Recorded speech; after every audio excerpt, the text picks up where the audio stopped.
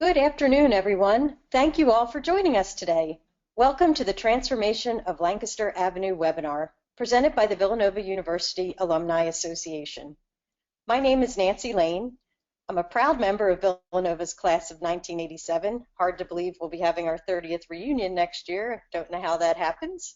And I'm the president-elect of the Alumni Association Board of Directors. We are just so excited about the webinar today to talk about the Lancaster Avenue project, truly one of the most exciting capital improvement projects in the university's history. With us today are presenters Marilou Smith, class of 1984, Chris Kovolski, class of 1996, and to moderate questions, Jacqueline Frocarro, class of 2015, and a graduate assistant working in alumni relations. Let me tell you a little bit about our presenters. Marilou Smith is a senior project manager in the Facilities Management Office at Villanova University. She graduated from Villanova in 1984 with a Bachelor of Science in Electrical Engineering, is LEED certified, and has over 25 years of experience in design, construction, and project management. Marilou has managed a wide range of projects for the university, including the construction of the Structural Engineering Teaching and Research Laboratory and Driscoll Hall, and a 200,000 square foot renovation to the Mendel Hall Science Building. Currently, she is the senior project manager on the project that is transforming the university main parking lots along Lancaster Avenue into a new living and learning environment that is highlighted by residential housing for 1,135 students, a performing arts center, pedestrian bridge, and new parking garage. Chris Kovolski serves as Assistant Vice President for Government Relations and External Affairs at Villanova. In this role, he coordinates the university's government outreach and engagement efforts, as well as community initiatives designed to enhance Villanova's regional profile and strengthen its relationship with neighbors. No easy task at times. Previously, Chris served in communications and public relation roles with Villanova's Office of the President and University Advancement, City Year Greater Philadelphia, and the Southeastern Pennsylvania chapter of the American Red Cross. He is a member of the advisory board of the Haverford Area YMCA and graduated from Villanova in 1996 with a Bachelor of Arts in Political Science. Chris and Marilou, we have been looking so forward to this presentation and cannot wait to hear more details about this very exciting project. I will turn it over to both of you. Thanks so much, Nancy, and thanks everyone for participating. Marilou and I are very fortunate to be part of a large team working on this project, and it's actually a result of lots of planning and preparation that began as far back in 2010 when we started to actually flesh out these ideas, and even before that, early in Father Peter's tenure as president, as part of our campus master planning process, where we identified the need for many aspects of this project. So let me go into a little bit of detail about what we're planning to construct on the current main lots here along Lancaster Avenue at Villanova University. This project will include residential housing for over 1,100 upper class undergraduate students, and we're targeting juniors and seniors. It will also include limited student-centric retail and services. When I say limited, I mean a small amount, a grand total of less than 20,000 square feet of retail that will be designed to support the students who are living in this environment, as well as faculty, staff, parents, visitors, and the surrounding community. This retail will include a satellite location for the university bookstore that focuses on apparel, a market that is similar but slightly bigger and a little bit different than the convenience stores that already exist on campus, and a bistro-style restaurant, which will be a great place, we think, for our community and the community at large to gather on a daily basis and before and after events. We'll also include a collaborative student work meeting space that's very similar to the way the Idea Accelerator works in Fallowby Library, for those of you who have seen that relatively new space. It will feature places to sit, work together, and lots of technological resources to support just simple gathering as well as work on projects and research. We'll have a mailroom and fitness centers as well to support this community. This project will also feature changes to parking. Right now, the main lots support just over 1,700 parking spots for cars. And while we're building here, we also need to find places to put those cars now that we're taking those lots out of service. So quickly rising out of East Main Lot or Pike Lot, is the Ithan Garage, which will soon be completed, scheduled to open next month. That will hold approximately 1,300 vehicles. In our original plans, we envisioned a garage here that would have a capacity that was closer to 1,800 or 2,000. However, as the project evolved, we recognized the need to distribute parking around campus, and therefore we have added additional surface parking behind the administrative offices on Lancaster Avenue, mostly Moriarty Hall, which is a residence hall, Griffin Hall, where the alumni office used to be located, and Garrity Hall. That surface parking was completed earlier this year and is in use and has really transformed that part of campus into a true campus environment instead of islands of activity. We've also added 2 additional levels to the existing St. Augustine Center parking garage on main campus. When that garage was built in the early 90s, it was built with the ability to add capacity early in 2016. It's allowed us to provide parking to just about every employee who works on main campus, allowing them to come out of main lot and onto main campus. And you'll hear a little bit more about how we're using this distributed parking to support not only campus activities but also events. This project also includes a pedestrian bridge at Church Walk, and we'll go into much more detail about the bridge and its location a little later in the webinar. And finally, the project also includes a performing arts center. As you'll hear, this facility will have performance space, but it'll very much be an academic and programmatic support building for the vibrant arts programs that we have on campus. That performing arts center will be located at the corner of Ithan and Lancaster Avenues, right across from Jacqueline Fieldhouse. This project features a lot of benefits. First and foremost is addressing needs that we know we have among our students. When we talk to prospective students, current students, and students as they're graduating, one of the greatest needs that they identify is additional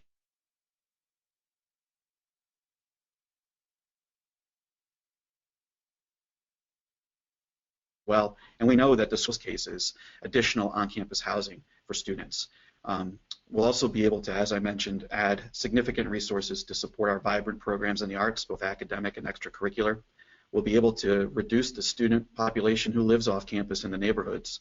We'll be able to, with this project, be able to house 85% of our undergraduate students, still leaving 800 to roughly 1,000 students who will live off campus. This project will also significantly decrease traffic to and from campus and improve traffic flow around campus on Route 30 and Ithan Avenue, and we'll be able to show you some details about that as well. A great improvement is what we're able to do around stormwater management in this area. We're taking roughly 14 acres of impervious asphalt and adding significant stormwater management measures and innovative stormwater management measures. Those include underground cisterns to collect water that support our HVAC system, traditional rain gardens, and detention basins. And these were all designed in close consultation with Radnor Township, the Department of Environmental Protection in Pennsylvania, and most importantly, faculty that we have on campus.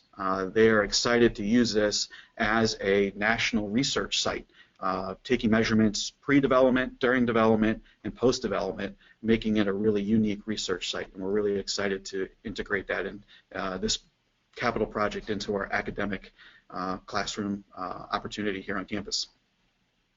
By taking students out of the community, we'll be able to increase community housing stock and generate significant project revenues for Radnor Township.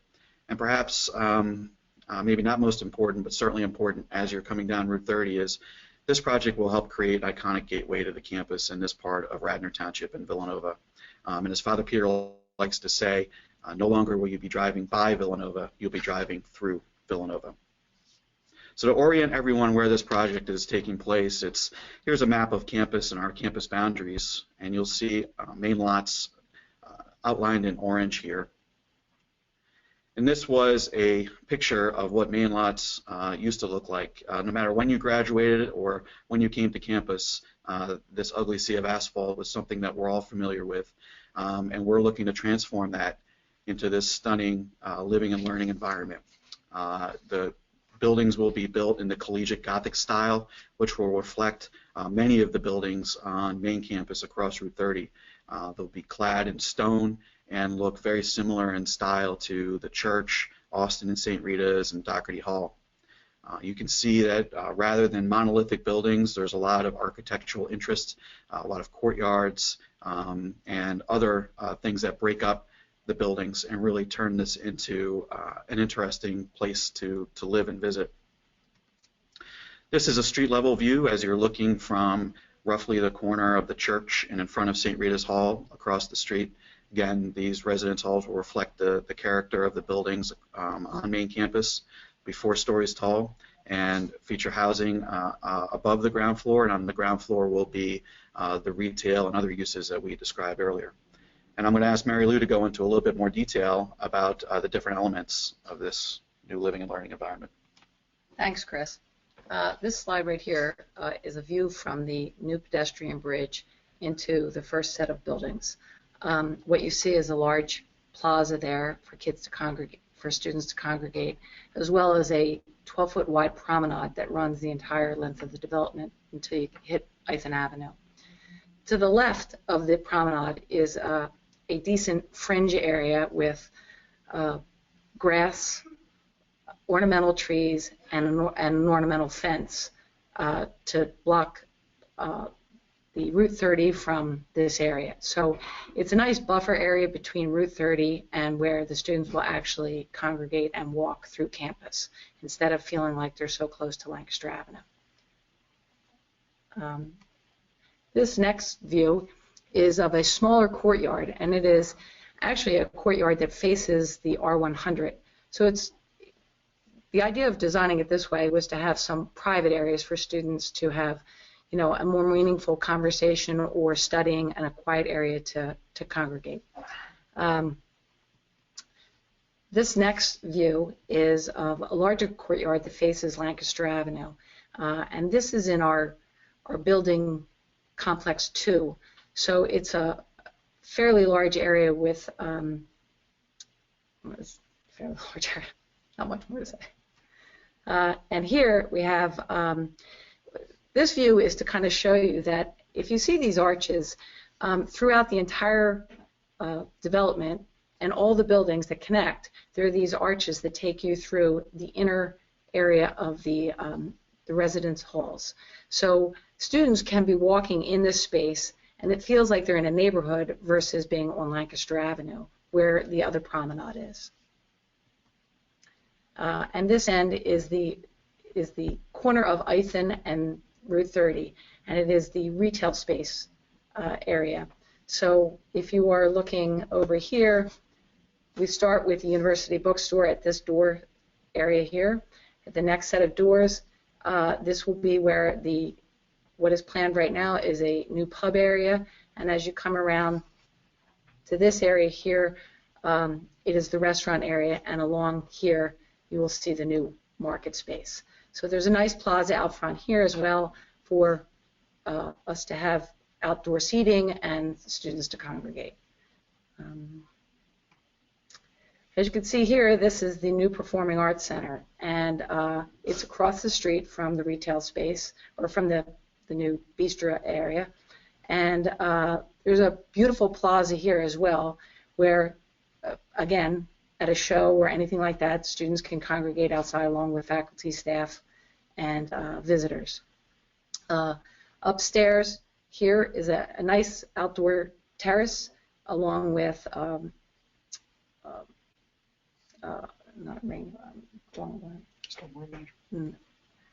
green roof, thank you, sorry, that line this, as well as a couple roofs on top of the Performing Arts Center.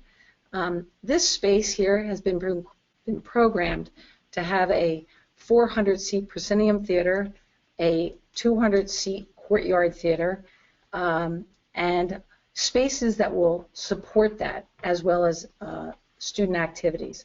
So an interesting feature here is just for the courtyard theater itself, there is a shop area where you can build the entire scenery in this shop and then roll it out into the courtyard theater a week before the show, instead of having to build it in the courtyard theater during the whole preparation for a new show. So it's actually quite beneficial to the entire theater department as well as the community.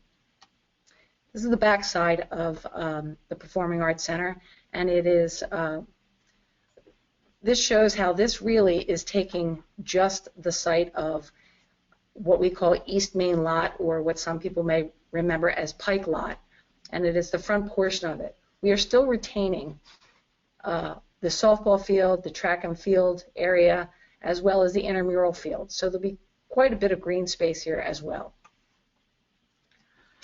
Before we move on to discussing the bridge in more detail, we'd like to pause to see if there are any questions at this point in the presentation.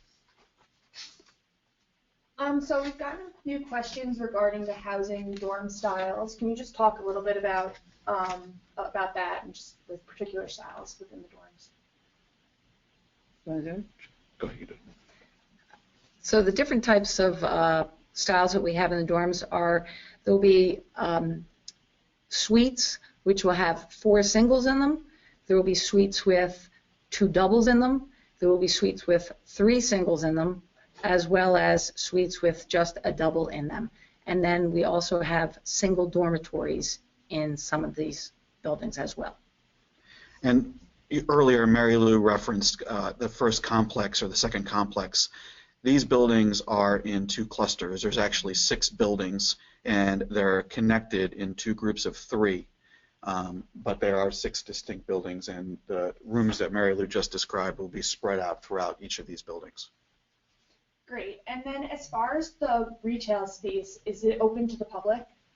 The retail space will be open to the public. Our target with this retail space is to serve the Villanova community, and we are planning it to do just that. So we're working in close consultation with our auxiliary services, our dining services, our bookstore, residence life, to make sure that the services meet the needs of the students who are living there. However, just like with the rest of campus, it will be open to the community, and we welcome outside visitors, especially those who are coming to campus to visit or who just want to come to patronize the retail activities themselves.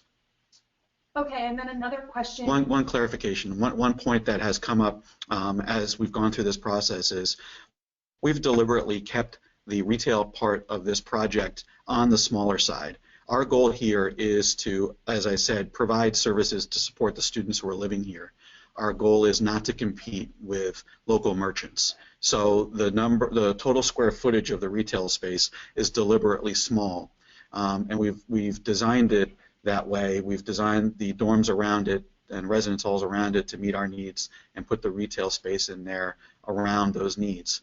But we very much want and expect our community to continue patronizing local businesses and certainly wouldn't want to compete with them.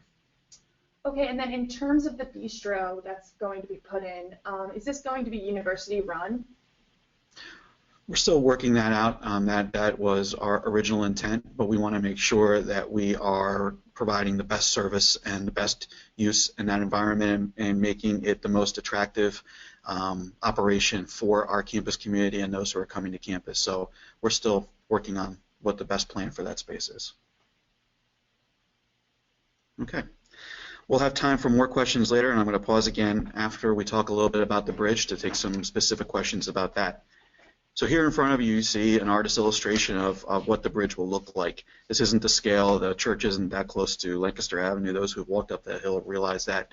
But this gives you a sense for how the bridge is going to fit into the character, the architectural character of the university. It too will be clad in stone, particularly in this space that goes over Lancaster Avenue.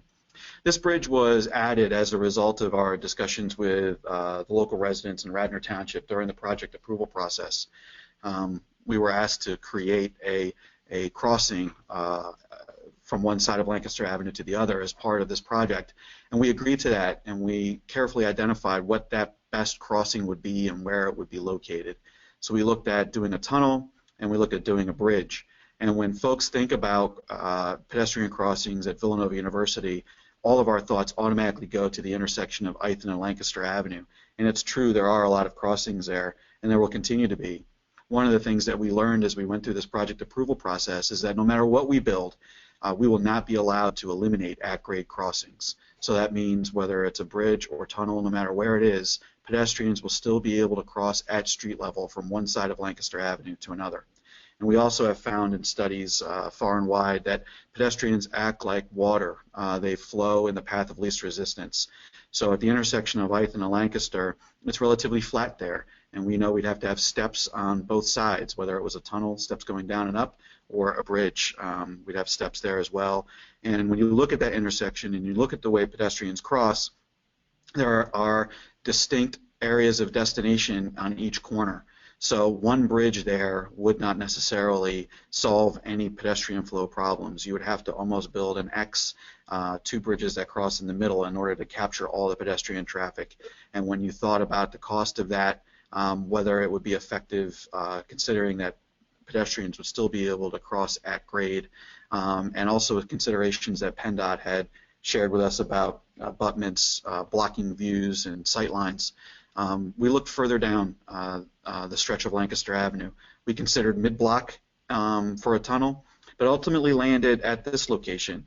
And when you think about it, the church is elevated on a hill, and we're able to use that elevation to have the end of this bridge come in at grade at an expanded plaza in front of the St. Thomas of Villanova Church. So you'll be able to walk onto the bridge or off of the bridge at that end, continuously walk across Lancaster Avenue, and ultimately connect all the way with the existing pedestrian bridge that goes over the Norristown high-speed line tracks. We will have stair towers, two stairs and an elevator on this south side of the street adjacent to the dorms that can be used by those who live in the dorms or who are parking in the new surface parking lot or using SEPTA to get onto the bridge and over to main campus. We will continue to have an at-grade crossing at this intersection, but there will be fencing. So if you cross and are looking to come onto campus, you will not be able to get onto the bridge on the north side or the church side of the street. You'll have to go down to Campus Corner to the west or up to Ithan and Lancaster to the east. So the bridge will become the path of least resistance to get onto main campus. Another consideration about putting the bridge in this location was destinations. When you think about academic seating on main campus, 70% of our classroom space is located on the western side of main campus, if you include the St. Augustine Center. So buildings like Mendel Hall, Tolentine, Sear, St. Mary's, the law school, those buildings are all located on the western side of campus. So for students who are living on South Campus, students who are driving and parking to the new surface lot further to the west, and many amount of the students who are living in these new residence halls, the bridge also will represent the quickest path to their intended destination on main campus. We know that this will not eliminate crossings at Ithan and Lancaster, but we believe they will be diminished significantly by the addition of this bridge. And for peak events, which we'll talk a little bit at the end of the presentation, we will continue to have police at these major intersections helping to assist with pedestrian crossings and traffic flow. Are there any questions about the bridge? Yes. With the bridge put in, will that get rid of the light in front of the church? No, Marilou is going to go into a little bit more detail, but we have created a new intersection there. That a church walk or church drive has been eliminated, and we've created a new intersection just a little bit to the west. And we'll talk about how that is going to, how it already operates and how it will operate, especially in regard to events. Great. And then how will people with mobility issues use the bridge? So on the church side, on main campus, on the north side of Lancaster Avenue, they'll be able to get onto the bridge at grade. There will be no ramps or steps. They'll be able to come onto it right at the front of the church. And on the other side, there is the elevator access.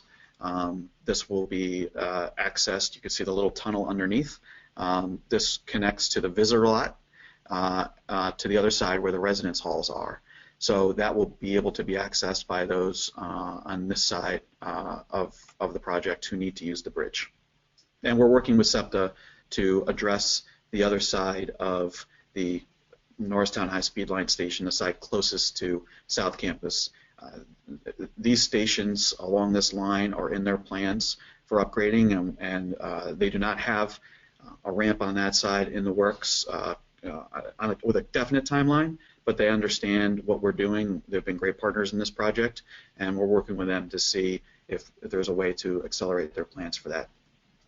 In terms of the structure of the bridge, what is the height? Will tractor trailers be able to fit under the bridge safely?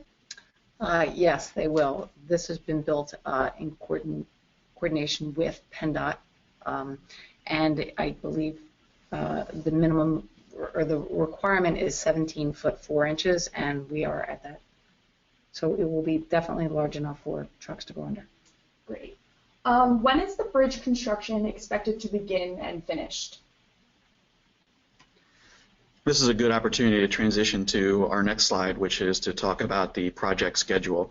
And if there are additional questions about the bridge, we can capture those to the end. Looks like we're gonna have some time for that. Yeah. Do you want to do it? Go ahead. So if you look at this next slide that's here, we started with our first project, which was adding the 2 decks onto the St. Augustine Center garage, which was completed in February of 2016, at which time we moved to the surface parking lot on Lancaster Avenue behind the administrative buildings, and that was completed in August of 2016. Our next phase of work, which is the garage, and as you can see this green, which is the bridge, we haven't started the bridge yet, but we have started the garage, and the garage is scheduled to be completed by January, as well as the bridge will start in the spring of 2017 to be finished by the following spring of 2018. And simultaneously, we'll be working on the bridge as well as the residence halls, which are here in blue. That will be phase 3. And the target completion for this construction is the summer of 2019. Our 4th phase would be the Performing Arts Center, which we're targeting now to start in January of 2018 for completion of 2020. And you know, this project is a big project for anyone. It's certainly a big project for Villanova, and we've had to do it in phases, in large part because of our need to ensure that there's enough parking to support the needs of our community and the needs of our events. So as we take a parking area offline, we only do that when we have available parking ready to add to accommodate those who are using it. So that's part of the reason why we're doing this in phases and why we've done it in this order. So once this garage and the big green garage on East Main Lot is completed in January, very soon, within days thereafter, we'll be able to break ground once we close West Main Lot. So that is why the project is phased in this way, and we were discussing recently one of the benefits of doing that is we're able to show our community and the outside community progress by doing this in phases. We are able to open things as we go along. So by first opening the expanded St. Augustine garage, we're able to accommodate more of our faculty and staff on campus, provide parking for them closer to where they work. By opening the new surface parking lot next, we're able to create a better campus environment for those who live and work over there, as well as providing more parking for our community. So, and with the garage being done, especially for those who are local or have been to campus recently, it looks fantastic. It has stone on the pillars. There are design elements that match much of what we've already built on other parts of campus. So it already fits right in, and it's allowing us to sort of bring to life the project in pieces rather than have to wait for one big unveiling. Let me just clarify one thing. Earlier, Chris said that the main lots is total about 1,700 parking spaces.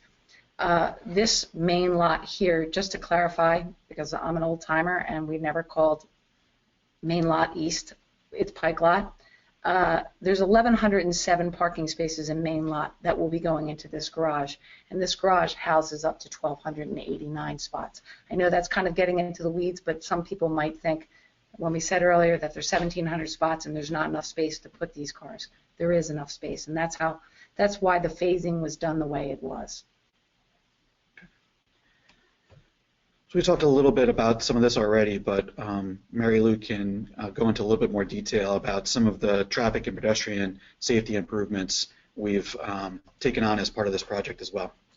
So some nice features of doing this project were that we were able to eliminate 7 driveways from Route 30 at the new surface parking lot on Lancaster Avenue and add 1 large right turn lane to bring cars off of Route 30 as quickly as possible and to get them into our site, and also a right turn out so that we don't have cars coming out making left turns onto Lancaster Avenue. We were able to also put in a new sidewalk on Lancaster Avenue, which the existing sidewalk was about a 3-foot wide sidewalk that was adjacent immediately to Route 30, and quite close as you're walking up the road to cars driving by at supposedly 25 miles an hour, but more like 50 miles an hour. So we were able to move that in 10 to 15 feet off the street and make it a much larger promenade so that it was more comfortable to walk through campus. Again, as Chris said before, it feels much more like a campus over here than it did before.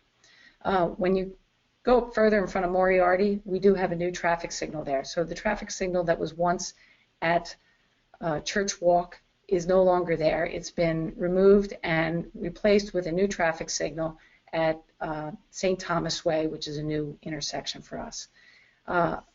As a part of this, we were able to get a right turn lane in, again, getting people off of Lancaster Avenue as soon as possible to get into the new residence halls as well as the parking lots, and having a left turn lane, which we never had before. So getting people who are going to park into the surface lot into a separate lane and allowing through traffic to continue on. As we proceeded further up Lancaster Avenue, we extended, a number of different left turn lanes, as you can see, one on the left or the east side, and one on the west side, and one on the east side. And we extended the left turn lanes on the North Ithan Avenue as well as South Ithan Avenue, widening South Ithan Avenue so that we have a left turn into our garage as well now, so cars don't stack up. Also part of this project, we were able to change the plaza in sidewalk prior to this, and it is now a nice landing area for people going to any events in the Pavilion or Nevin, as well as a sidewalk that runs parallel to Ithan Avenue that takes you to the Pavilion. And the final road improvement that we provided was at South Campus. We had an existing crosswalk for the students from South Campus to get through all Wind Triangle up to the bridge, and we have now put in a signal there so the traffic that is approaching at night can see students as they're crossing, because there'll be a flashing beacon there. One of the aspects of this project that we were able to address was campus parking overall, signage, and event traffic flow. Over the summer, we instituted a new parking system throughout campus that renamed the lots, added signage, and assigned parking to employees and students. We also instituted a plan this year to assign parking to men's basketball season ticket holders, and as we've also developed an event, peak event traffic management plan in consultation with Radnor Township and PennDOT.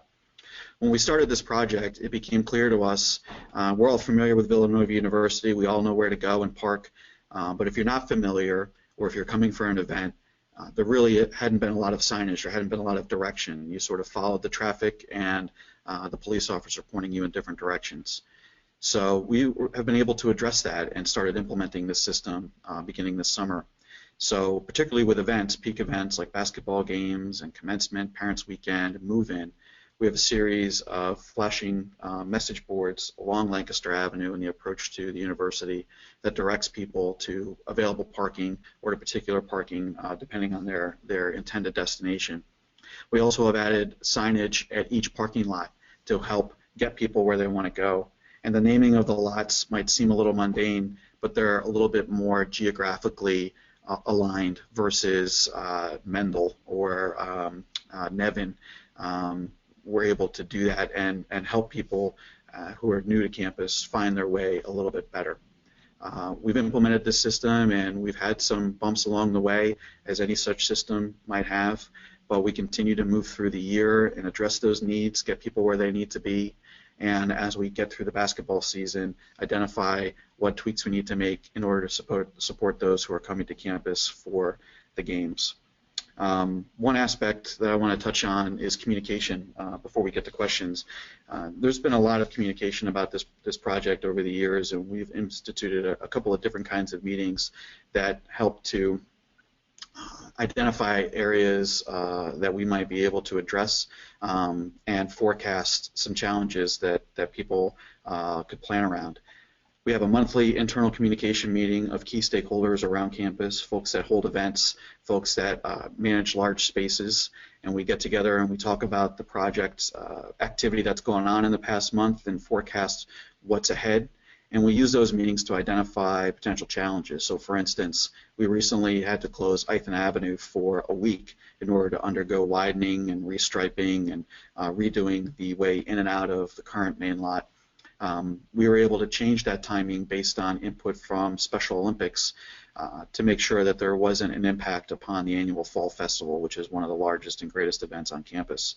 So there is that internal dialogue that is allowing us to not do this project in a bubble and take into consideration needs throughout campus. Similarly, we engage in a monthly meeting with Radnor Township staff, elected officials, and local residents. It's a public meeting, it's televised, it's the first Thursday of every month, and we go through a similar process. We identify what has happened over the past month, forecast what's coming, address any concerns, and make adjustments where necessary. So Marilou referenced the sidewalk that we had built out in front of the new surface parking lot. That was something that the residents had asked for and hadn't been in our plans. And we were able to address that very quickly because the contractor was still on site, and we were able to incorporate that new sidewalk that will benefit the entire community, not just Villanovans, but to be able to provide a better pedestrian experience along that stretch of Lancaster Avenue. So there's a significant amount of communication that is ongoing with this project, and we're doing our best, despite its size and scope, to work around our needs and the needs of those in the surrounding communities. So that is the material that we have, but we have some time for questions. Are there any that are left? Yeah, so we received a lot of questions, so we'll try to cover the most popular questions. So just in terms of logistics, how much bigger will the new bookstore space be than the current one right now at Kennedy Hall? The new bookstore is not designed to replace the current bookstore in Kennedy Hall. That will still operate in the same form and fashion that it has been. Originally in this project, we had thought about moving the bookstore from its current location to this space, but the bookstore operators follow that, who are great partners. They said, we like where we are. We're sort of on Main Street here in main campus, and we want to stay there, but we do see an opportunity to have a smaller version of the university shop that's focused on apparel in this very visible space at the main intersection of campus. So it will be a much smaller space, but it will have a much smaller focus. Great. Also, I think this was covered, but what are the number of seats in the Performing Arts Center?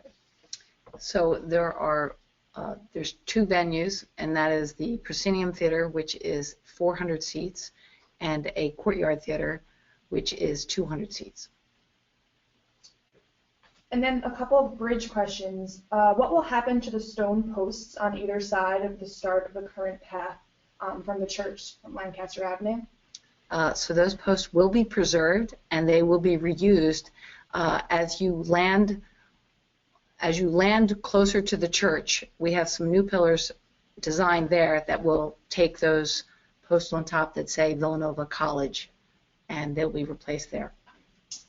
Okay, and then we've also gotten a lot of questions in regards to the parking situation currently for current off-campus students. Can you just talk a little bit about that? Sure. As I mentioned, we've implemented this program this year, and we have had some bumps along the way. This project is parking neutral, which means that the number of parking spots that we started with before the first shovel hit the ground is essentially the same number that we're going to end with when the project is done. So we do have some slight differences. We do have to accommodate some parking for those who are working on campus as part of this project. But we have the parking we need to support our students, and it's just a matter of getting them where they need to go. So we've been working to better manage the spots on campus. We've been working to communicate to those students who live on West Campus that that's where their parking spot is, and they shouldn't be driving to main campus. That has been a behavior leading up to this year that we're trying to change. And as the garage opens, it will have, as Marilou mentioned, a slightly larger capacity than the current main lot.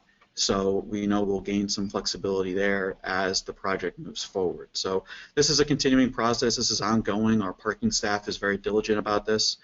They fielded a number of questions from current students, faculty, staff, basketball season ticket holders, event attendees. And as we're going through, we're trying to be as comprehensive as we can in our communication to help people in advance get where they need to go. And I think that's part of the key. We're transitioning a lot of the campus from a driving mentality, and we saw that when we went through the transformation of the campus landscape initiative, taking some of the cars out of main campus. We're continuing that in part with this initiative as well, where we're asking folks to walk more, use our shuttle service more, and not necessarily think of their car as the place where they get to multiple destinations throughout the day. Great. Can you talk a little bit about this construction in terms of its timing with the proposed pavilion construction, just how they work together, I guess? Sure. The pavilion plans are still in progress. They have not been finalized, and I know there's a lot of discussion about that. One of the things I just spoke about was communication, and as we move forward with any additional project, and we're not just talking about the pavilion, but there's a significant amount of other campus construction projects that are either ongoing or recently completed or planned, including the new West End Zone, which just recently opened in the last couple of months. It comes down to coordination and making sure that our project managers, Marilou's peers in facilities management, are all talking among themselves to coordinate deliveries, parking, and all the kinds of activity that happens as a result of these projects. And with construction, there's certainly lots of opportunity for busy days to happen on campus and interruptions to our schedules. We're doing our best to minimize that, and when there are those kinds of conflicts, to communicate them in advance as much as possible. Another question that came in, what will happen to the trees on either side of the current church walkway? So the trees on either side will be removed, and they will be replaced pretty much with the same type of tree in the new construction. And then another parking question, but will parishioners of the St. Thomas of Villanova Parish or visitors to the church be able to park in the surface parking area across Lancaster Avenue, or how will the parking work? Absolutely. The parish has been a great partner in this planning from the very beginning. They're part of our monthly coordination meetings, and we have worked very hard to include them in this planning process. So the parish parking in the future will be very much the same as it is now for weddings, funerals, mass, those visiting the church for any reason. They'll be able to park in spots across the street on Lancaster Avenue in the no surface parking lot, or for those with mobility issues or other needs, they will be able to park on campus close to the church.